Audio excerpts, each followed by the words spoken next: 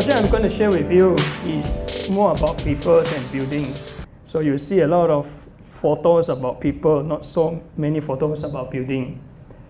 Beginning of last year, I joined a volunteer group to work on a community building for an Orang Asli community. Now this is an aerial view of the village. The village was located at a very remote area. It took about 5 hours travel by car on the logging road, another 3 hours on the access dirt road, crossing 2 rivers, and then we had to leave our cars, cross the final river on foot, and continue walking for another 45 minutes before we reached the village. Now the community has an existing community building.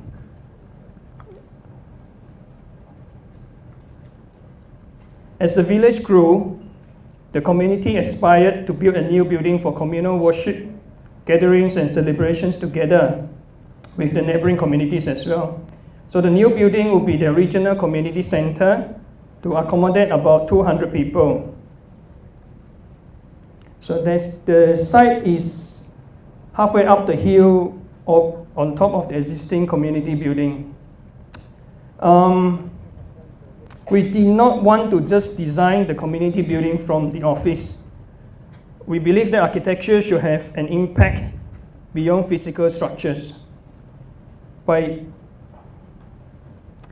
involving the communities in the architecture design process, architecture could help build the communities. We wanted to be hands-on on the logistic challenges and involve the communities in the design process and find solutions together. Building hands-on and getting close to the communities and involve the communities in the design process and building hands-on and getting close to the communities open doors to opportunities and challenges that would be hidden to us on a normal design process. So our focus is not just on the final product, but also on the experience shared throughout the design and building process of the project. So the local community and the volunteers were involved from the beginning to the completion of the building. So they participated in the site selection, the design process, the sourcing of materials. Those are ladies who are carrying the heavy timber logs. And also the construction. One of our aims of the project was to transfer skills and knowledge through working together. This photo shows how the locals learned to do the roof framing together with one of the volunteers carpenter. There were many design and construction challenges in this project. So most of them were overcome through participatory discussions between all the parties involved. Some of them eventually become design opportunities. But due to the remoteness of the community, we needed to consider the building materials and the construction method right from the beginning of the project. So together we decided to use the locally available building materials with which the locals could be involved in sourcing and preparation. The use of local materials also meant that the building would be sustainable. These were the timber, the river pebbles, and the sand. The timber needed were all sawn cut with chainsaw from the surrounding forest. The locals floated the timber from the upper river down to the village. And some of the locals used the motorbikes to drag the timber from the river bank to the site, which is quite incredible. And the sand and pebbles for the concrete footing and footpath were also hand carried from the river bank nearby.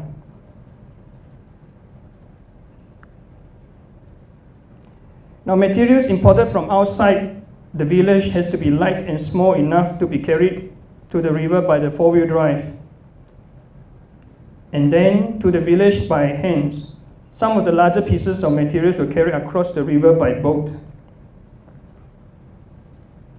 Now this is how most of the materials are carried across the river through forming a human chain. So we needed to go back to the basic as there was no machinery for construction.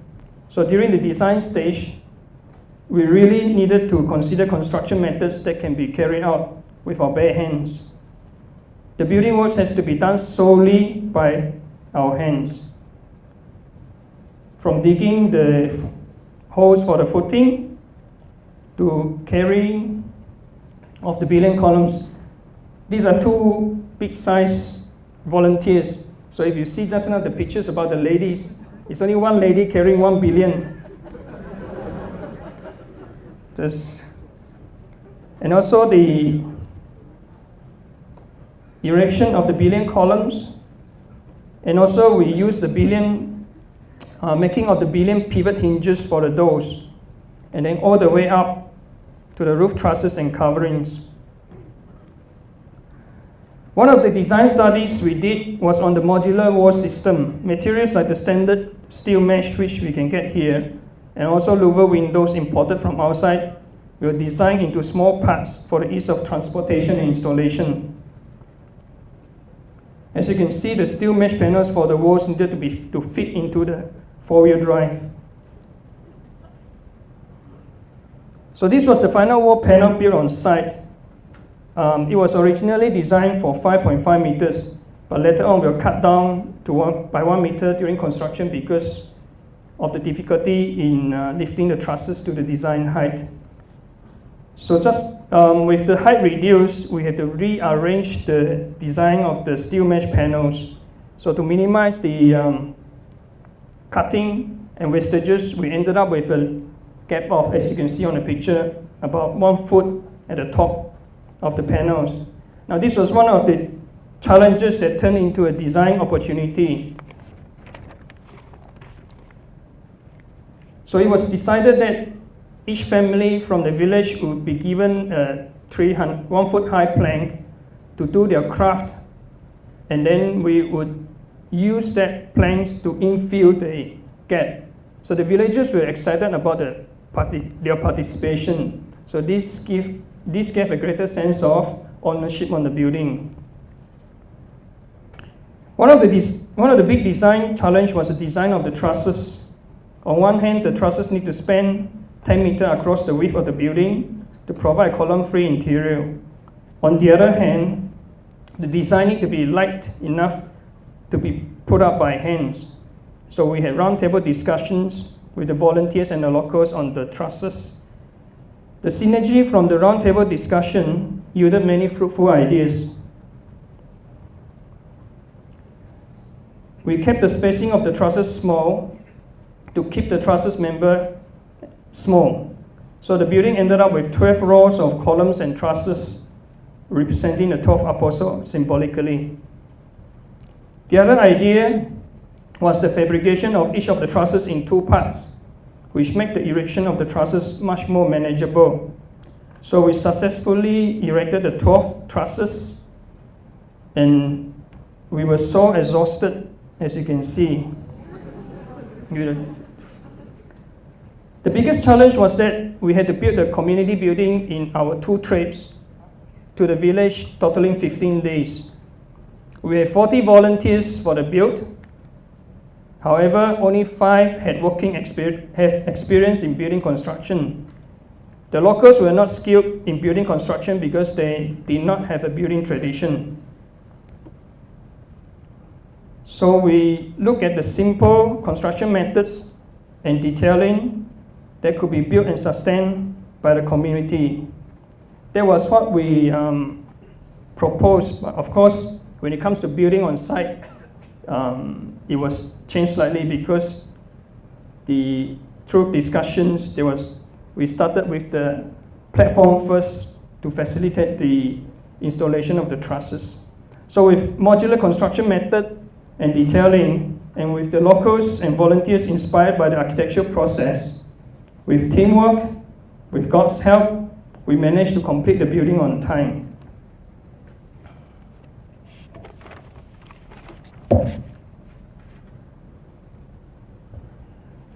I would like to explain briefly on some of the design concepts. The building was a very simple architectural response to a magnificent site. From the site, you have these beautiful views, and the community building was mainly used for worship. We all wanted a building without walls visually, so to capture the views of the creation to enhance the experience of worship.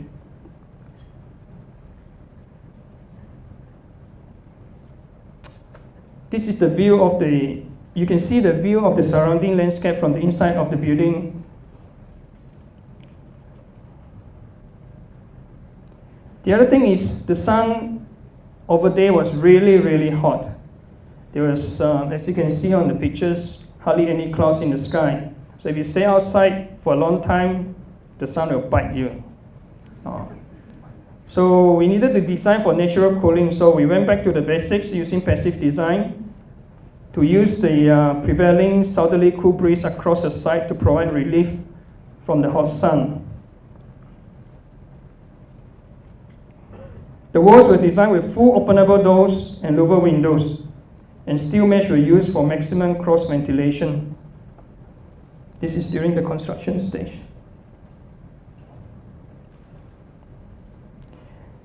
We have large roof overhangs and terraces all around. Not only provide shading against the hot sun, it also enabled doors and windows to be kept open during heavy downpours. There was always the push to keep the design of the trusses simple, like the old community building, due to time constraint because we have only 15 days. But we wanted it to be special and meaningful, as this would be the main design element in the building interior.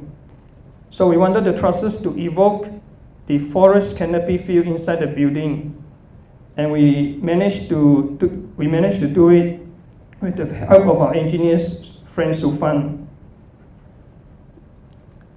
The forest canopy feel of the trusses, as you can see in the photo, was heightened by the transparency of the walls. The light fittings were also designed together with the trusses. Instead of timber bracing between trusses, we used steel rod bracings, which help to make the trusses visually light. Amid the orderly structure of the building, we insert the element of exception at the gable ends in the form of a bird nest motif. This also gave our two volunteer carpenters a break from the repetitive and orderly to express their artistic side. The timber they were used for this bird nest motif are all from the offcuts.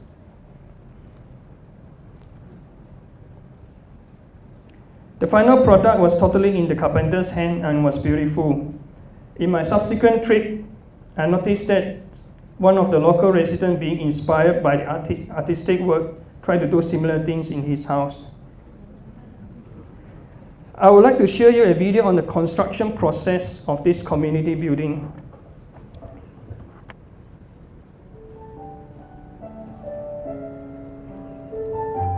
This is a time-lapse photos of the construction of the building.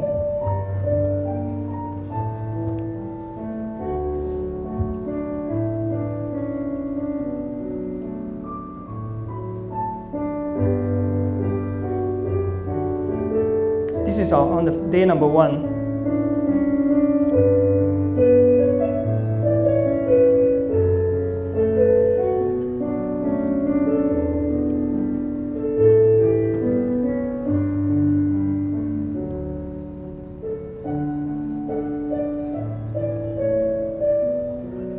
As you can see, most of the construction work is all done by bare hands.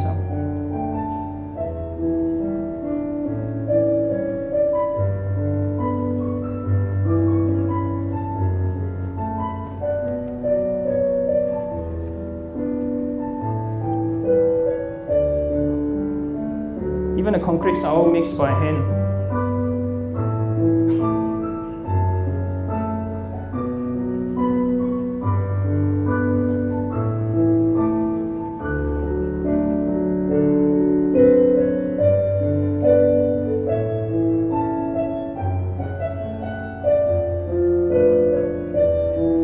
The erection of the first 2 trusses was slow because it was really challenging to put up the trusses by hand.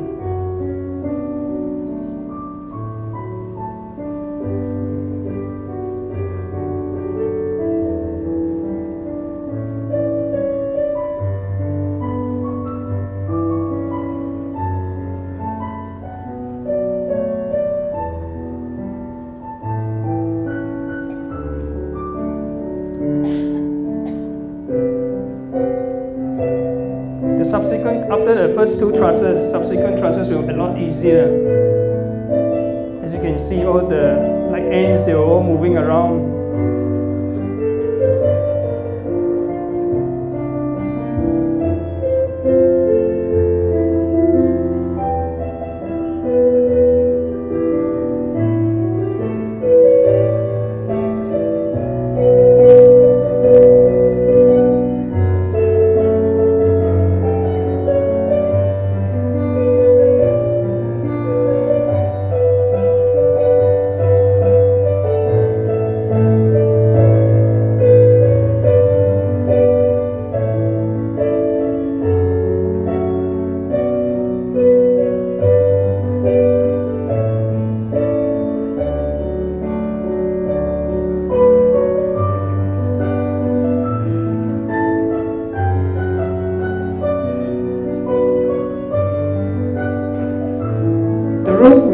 Was sponsored by UGI.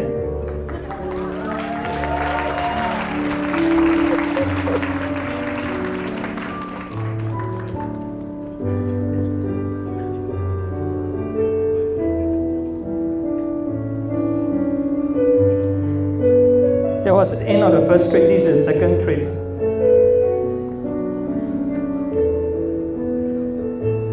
During the second trip, we put almost all the walls and all the internal finishings.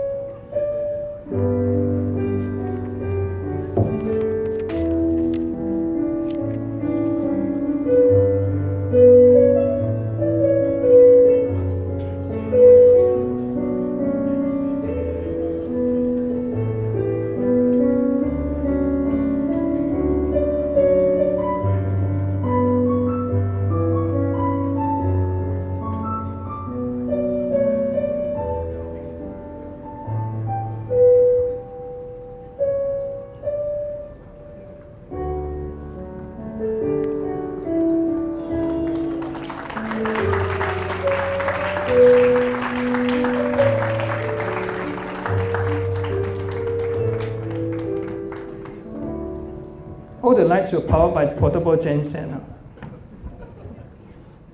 There's no electricity, no permanent electricity up there.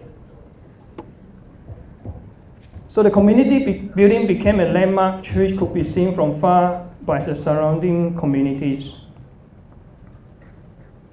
At night, when the light was on, it became a beacon.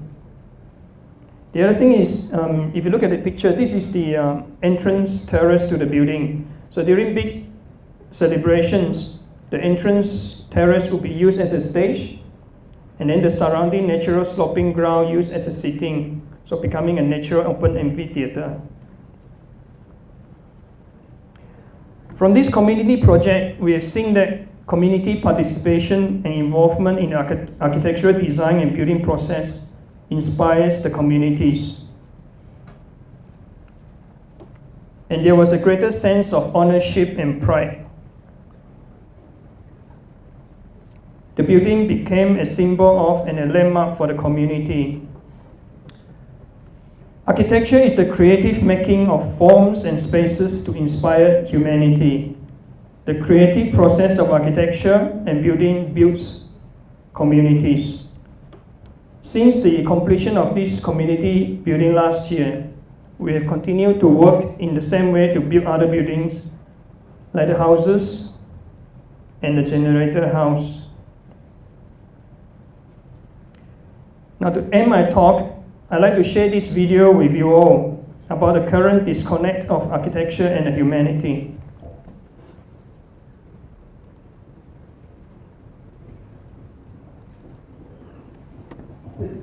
Everybody over there is going to be what? An architect. Mm-hmm. And architects design buildings for who? For lovely people. They're not going to design anything for anybody like us. And those kids, they may know it. So they say, what the hell am I these young men for? They poor.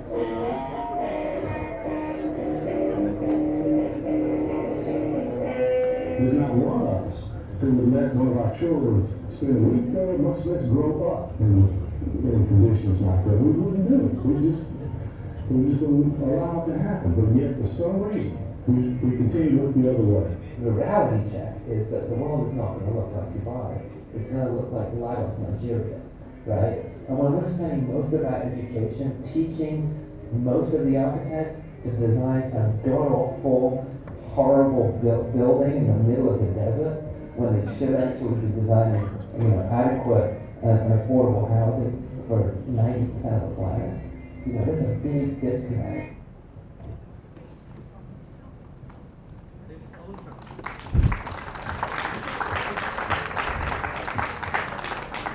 If nothing else, I hope my sharing tonight will spark the thought in you, especially the architecture students, how we as architects can help to build the other 90% of the community. Thank you.